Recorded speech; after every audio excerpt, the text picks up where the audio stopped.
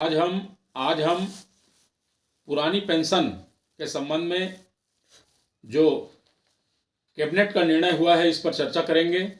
इसमें जिन विषयों का यहाँ पर चर्चा होगा उसमें नॉन एनपीएस विड्रॉवल सिस्टम क्या है, ईआरएम एरर रिएक्टिफिकेशन मॉड्यूल क्या है, एन्यूटी क्या है, रेट्रोस्पेक्टिव इफेक्ट भूतलक्षी प्रभाव से जो आदेश हुआ था वो क्या है, पेंशन योग्य स्थापना पेंशनेबल इस्टेब्लिशमेंट, इस संबंध में झारखंड सरकार का निर्णय 20 वर्ष की आहारकारी सेवा पर 50% पेंशन के संबंध में, और जो न्यूनतम 10 साल में पुरानी पेंशन की गणना करना है इसमें पुरानी सेवा अवधि के संबंध में इन विषयों पर हम विस्तार से चर्चा करेंगे। साथ ही पीपीओ कब जारी होगा, पीपीओ की क्या स्थिति होगी, इस संबंध में जो हमारा 40% राशि सेवानिवृत्ति के पश्चात एन्यूटी जो हम लेते हैं उसकी वापसी कैसे होगी, इस संबंध में हम विस्तार से चर्चा करेंगे। 30 दिसंबर 2022 को कैबिनेट का जो निर्णय है उसका हम अध्ययन करेंगे, और साथ ही इसके पहले 11 मई 2022 को जो छत्तीसगढ़ शासन द्वारा पुरानी पेंशन लागू करने के लिए राजपत्र का प्रकाशन हुआ था, हम उसका अध्ययन पहले करेंगे। तो 11 मई 2022 को जो राजपत्र का प्रकाशन हुआ उसके बिंदु क्रमांक 7 पर यह स्पष्ट उल्लेख है कि दिनांक 1/11/2004 से पुरानी पेंशन योजना लागू होने के दिनांक के मध्य सेवानिवृत्त या मृत कर्मचारियों के प्रकरणों में भी पुरानी पेंशन योजना के अनुरूप पात्र शासकीय सेवक परिवारों को नियमानुसार लाभ दे होगा। साथ ही इसमें जो संशोधन किया गया, छत्तीसगढ़ पेंशन नियम 1976 के अध्याय 1 के नियम 2 के उप नियम 1 के पश्चात निम्नलिखित जोड़ा जाए। इसमें कहा गया 1 क में कि यह नियम उन समस्त शासकीय सेवकों को जो दिनांक 1/11/2004 को या उसके पश्चात राज्य के कार्यों से संबंधित सेवाओं और पदों पर नियुक्त किए गए हैं और जो पेंशन योग्य स्थापना में धारित हैं, पेंशनेबल इस्टेब्लिशमेंट में जो धारित हैं, चाहे वो स्थायी हो या स्थायी के लिए लागू होगा। यह संशोधन 1/11/2004 से भूतलक्षी प्रभाव से प्रवृत्त हुआ समझा जाएगा। इसमें स्पष्ट किया है 11 मई 2022 के राजपत्र के जो संशोधन है 1976 के पेंशन नियम में, उस संशोधन में यह स्पष्ट किया है कि 1/11/2004 से यह रेट्रोस्पेक्टिव इफेक्ट भूतलक्षी प्रभाव पूर्वव्यापी प्रभाव से यह प्रवृत्त हुआ समझा जाएगा। यह इसमें स्पष्ट उल्लेख किया गया है। इसके साथ जो 30 दिसंबर को जो कैबिनेट का निर्णय आया उसमें 5 बिंदु प्रमुखता पर निर्णय कैबिनेट में लिया गया। पहला तो यह कि शासकीय सेवकों को 1 अप्रैल 2022 से छत्तीसगढ़ सामान्य भविष्य निधि का सदस्य माना जाएगा। दूसरा, 1 नवंबर 2004 या उसके बाद नियुक्त तिथि से 31 मार्च 2022 तक एनपीएस खाते में जमा कर्मचारी अंशदान व उस पर अर्जित लाभांश कर्मचारियों को एनपीएस नियमों के तहत देय होगा। तीसरा, कर्मचारियों को राज्य शासन के अंशदान व उस पर अर्जित लाभांश जमा करने पर ही पुरानी पेंशन की पात्रता होगी। चौथा, एनपीएस अंतर्गत पूर्ववत बने रहने अथवा ओपीएस योजना का लाभ प्राप्त करने विकल्प शपथ पत्र नोटरियल शपथ पत्र देना होगा। और पांचवा विषय, विकल्प देने पर एनपीएस खाते में जमा अंशदान 1 नवंबर 4 व 31 मार्च 2020 तक का जो अंशदान वाला लाभांश शासन के खाते में जमा करना होगा। यह 5 प्रमुख विषय को लेकर कैबिनेट में फैसला लिया गया। इसी विषय को लेकर हम चर्चा करेंगे कि शासन ने कैबिनेट के फैसला में यह स्पष्ट नहीं कहा कि सेवानिवृत्त होने के पश्चात जो राज्य शासन का अंशदान है, राज्यांश है, और उसका जो लाभांश राशि है उसको जमा करना होगा, यह उन्होंने इसमें उल्लेख नहीं किया। इस पर मैं झारखंड शासन द्वारा जो निर्णय लिया गया है उसका उल्लेख करते हुए यहां पर मैं जानकारी देना चाहूंगा। झारखंड सरकार ने भी ओपीएस लागू किया और उन्होंने कहा कि एनएसडीएल से सरकारी अंशदान और उस पर अर्जित ब्याज की राशि सीधे राज्य सरकार को प्राप्त नहीं होने की स्थिति में कर्मियों के सेवानिवृत्ति के उपरांत सरकारी अंशदान व उस पर अर्जित ब्याज की राशि संबंधित कर्मी द्वारा सरकारी कोष में जमा करने के उपरांत ही पुरानी पेंशन योजना के तहत पेंशन देय होगा। यह इन्होंने स्पष्ट कहा झारखंड सरकार ने। तो इस पर मैं यह बात रखना चाहता हूं कि अभी जो कैबिनेट का निर्णय हुआ उसमें जो स्पष्ट उल्लेख नहीं है उसको छत्तीसगढ़ शासन को स्पष्ट रूप से उल्लेख करते हुए, ताकि छत्तीसगढ़ के एनपीएस से जो ओपीएस बहाली हुआ है उन सभी कर्मचारियों में यह जो संशय है यह संशय दूर हो, इसके लिए स्पष्ट आदेश, इसके लिए छत्तीसगढ़ टीचर्स एसोसिएशन के प्रदेश अध्यक्ष संजय शर्मा जी के नेतृत्व में एक प्रतिनिधि मंडल शीघ्र ही मंत्रालय में मुलाकात करके अधिकारियों से चर्चा करेगा कि इसको सरकार को स्पष्ट करना चाहिए, शासन को, हमारे अधिकारियों को स्पष्ट करना चाहिए कि सेवानिवृत्ति के बाद ही राज्यांश राशि और उसका लाभांश राज्य शासन को जमा करने के पश्चात पुरानी पेंशन योजना लागू होगी, यह शासन को स्पष्ट करना चाहिए। परंतु वर्तमान आदेश जो शासन द्वारा किया गया है इससे संशय है। इससे यह परिलक्षित हो रहा है कि एनपीएस कर्मचारी, हमारे ओपीएस अभी जो लाभ प्राप्त किए हैं उनके मन में संशय है कि यह राशि हमको कहां से हम जमा करेंगे। शासन को पहले लगता था कि जो एनएसडीएल में जो राशि जमा है वह राशि सरकार को प्राप्त हो जाएगा, परंतु केंद्र सरकार ने, पीएफआरडीए ने स्पष्ट कर दिया कि एनपीएस नियम के तहत वह राशि कर्मचारियों को ही उनके द्वारा दिया जाएगा और एनपीएस नियम जो है उसमें कर्मचारी के सेवानिवृत्ति या निधन की स्थिति में ही उनके द्वारा राशि दिया जाता है। इस पर हम एक विषय पर और चर्चा करेंगे जिसमें आकस्मिक और कार्यभारित जो शासकीय कर्मचारी हैं, आकस्मिक और कार्यभारित जो कर्मचारी हैं उनके संबंध में 28 फरवरी 2018 को वित्त विभाग छत्तीसगढ़ शासन ने आदेश जारी किया था कि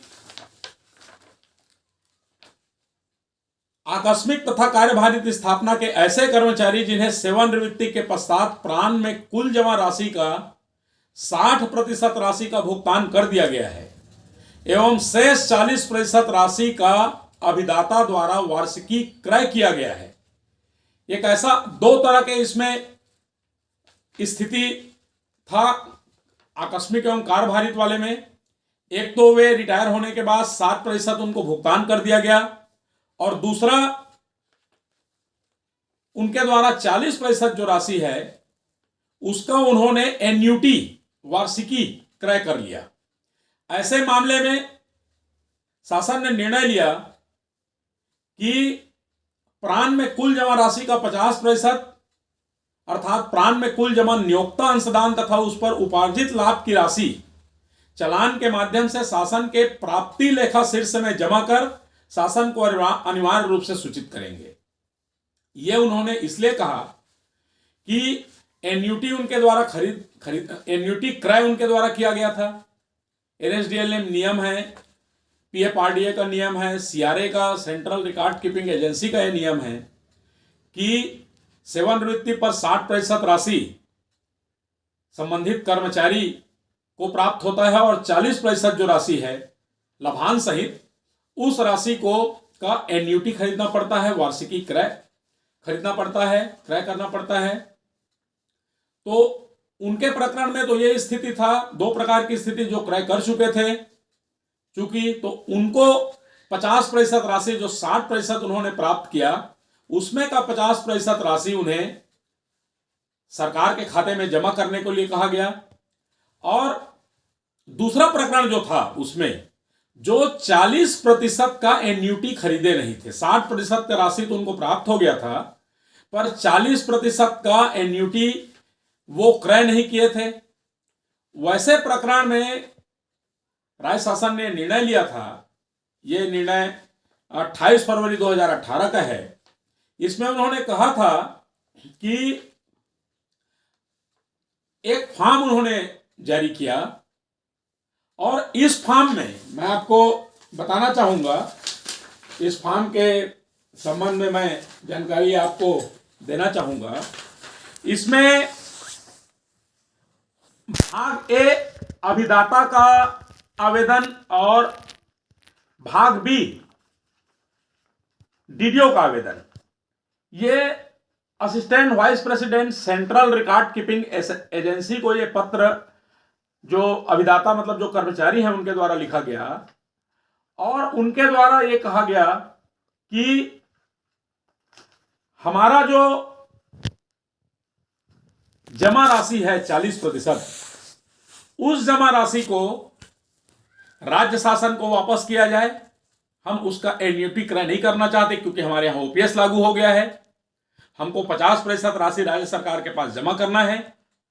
इस स्थिति में 40% राशि को राज्य शासन को वापस लौटाने के लिए ये अभिदाता का आवेदन सेंट्रल रिकॉर्ड कीपिंग एजेंसी के नाम पर आकस्मिक एवं कार्यभारित कर्मचारियों द्वारा भेजा गया।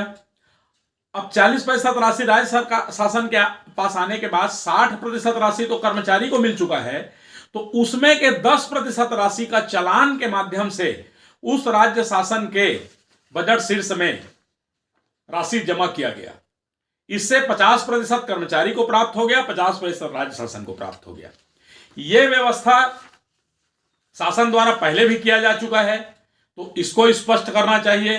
इन सभी विषयों पर हम राज्य शासन के अधिकारियों से मिलकर चर्चा करेंगे। छत्तीसगढ़ टीचर्स एसोसिएशन के प्रांताध्यक्ष संजय शर्मा के नेतृत्व में हम सब विषयों को लेकर के चर्चा करेंगे। और ये जो विषय है जिसमें हम चर्चा कर रहे हैं कि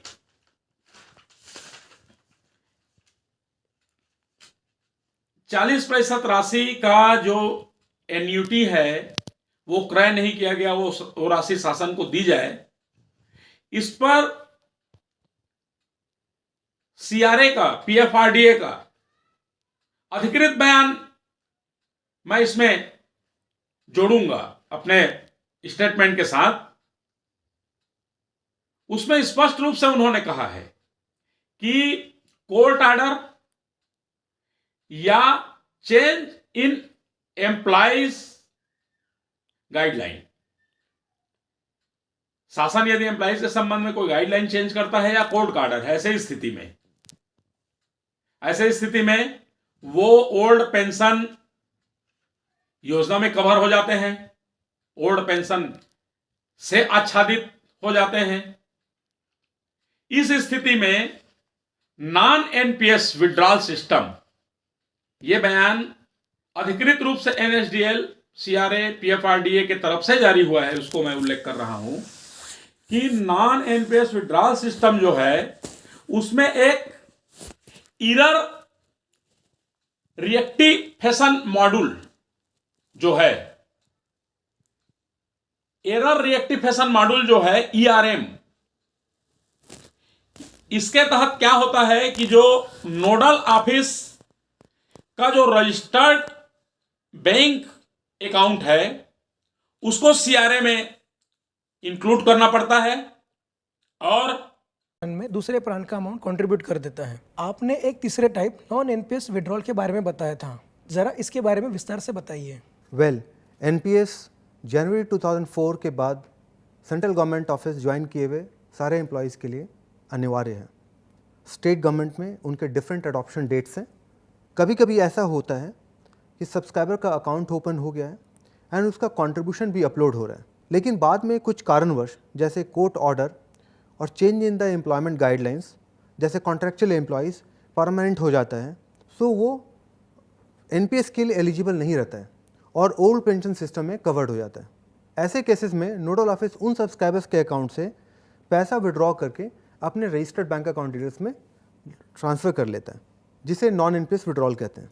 इन नॉन एनपीएस विड्रॉल करने की भी प्रक्रिया, जैसे हमने पहले के 2 रेक्टिफिकेशन प्रोसेस के बारे में बात की है, उसी प्रकार इनको भी प्रोसेस करने के लिए नोडल ऑफिस को सीआरएस सिस्टम में लॉगिन करके रिक्वेस्ट इनिशिएट करना होता है।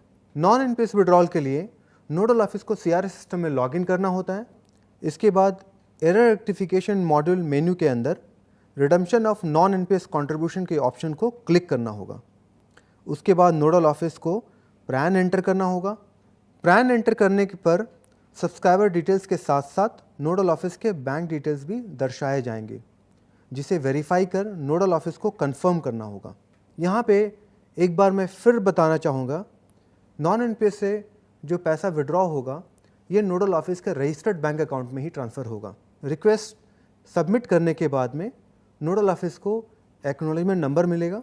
उसके बाद नोडल ऑफिस को अपने दूसरे यूज़र के द्वारा ये रिक्वेस्ट को वेरीफाई करना होता है।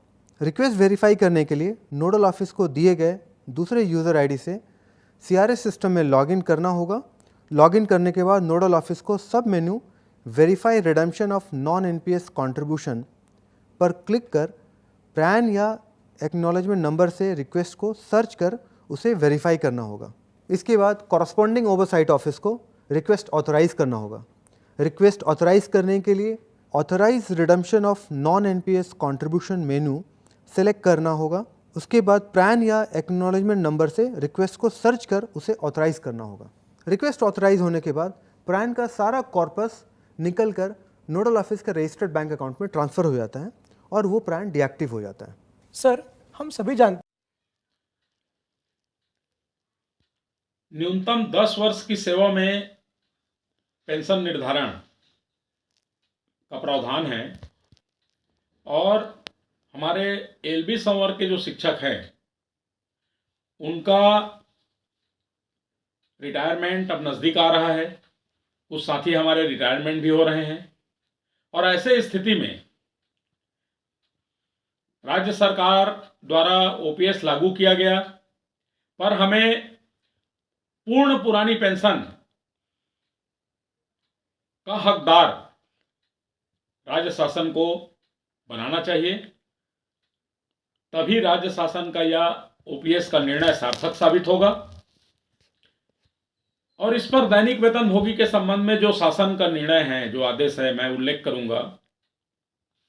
इसमें इन्होंने 23/8/2018 का आदेश है। इस पर इन्होंने कहा है कि न्यूनतम 10 वर्ष की सेवावधि हेतु पेंशन की पात्रता के लिए यह शर्त है कि दैनिक वेतनभोगी कर्मचारियों का नियमितीकरण सामान्य प्रशासन विभाग के आदेश क्रमांक के अंतर्गत आकस्मिक या कार्यभारित स्थापना अथवा नियमित स्थापना के पद पर किया गया हो। तो इसी तरह तो एलबी संवर्ग के साथ भी है कि एलबी संवर्ग के जो शिक्षक हैं उनका भी संविलियन नियमित स्थापना पर, पेंशन योग्य स्थापना पर, पेंशनेबल स्टेब्लिश पर संविलियन किया गया है।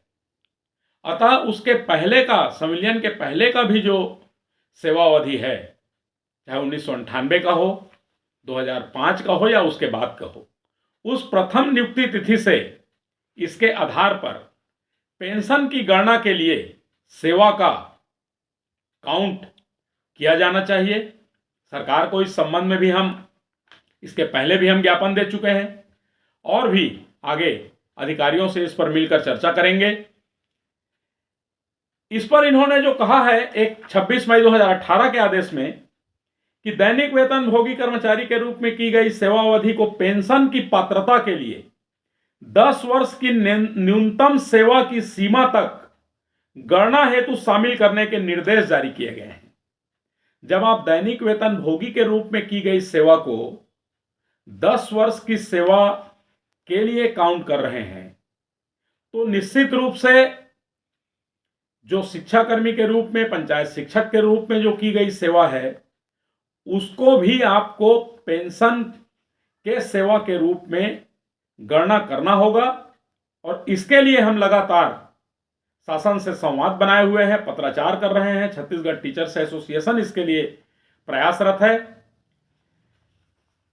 जब पुरानी सेवा का लाभ नहीं देंगे तो ऐसे में ओपीएस लागू करने से इस 10 वर्ष के अवधि के बीच बहुत सारे शिक्षक सेवानिवृत्त होंगे तो उनको पुरानी पेंशन का लाभ नहीं मिल पाएगा। इस पर सरकार को निर्णय लेने की आवश्यकता है कि प्रथम नियुक्ति के आधार पर पूर्व सेवा को काउंट करते हुए पेंशन के लिए, गणना के लिए उनको आदेश करना होगा। अभी के कैबिनेट में जो उनके द्वारा कहा गया है इससे एक भ्रम की स्थिति है कि शासकीय सेवकों को 1 अप्रैल 2022 से छत्तीसगढ़ सामान्य भविष्य निधि का सदस्य माना जाएगा।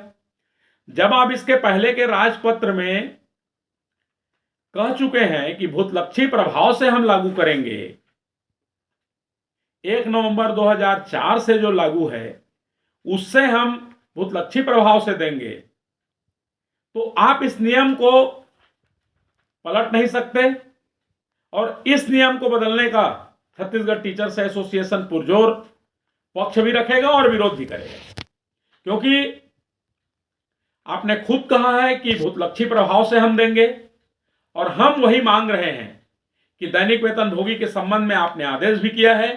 तो इस आदेश के तहत आपको प्रथम नियुक्ति से पूर्व सेवा अवधि के आधार पर आपको सेवा अवधि की गणना वहां से करते हुए ही आपको पीपीओ जारी करना पड़ेगा।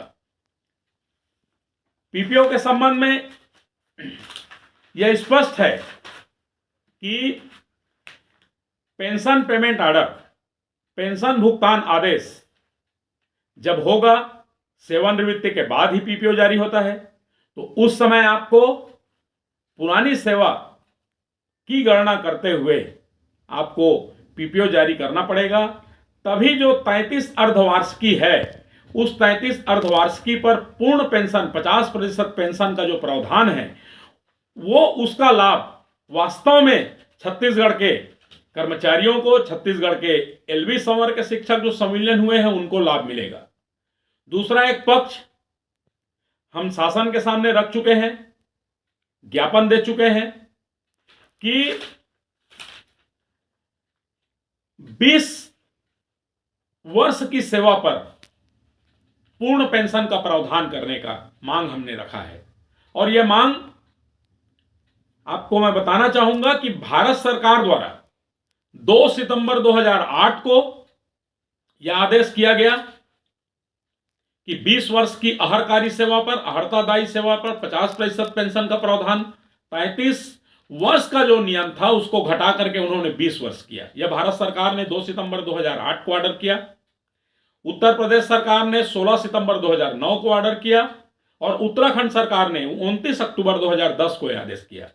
हम छत्तीसगढ़ शासन से भी मांग करते हैं कि 33 वर्ष की अहर्कारी सेवा, अहर्तादायी सेवा पर जो आपका 50% पेंशन का प्रावधान है उसको घटा करके आप 20 वर्ष करें।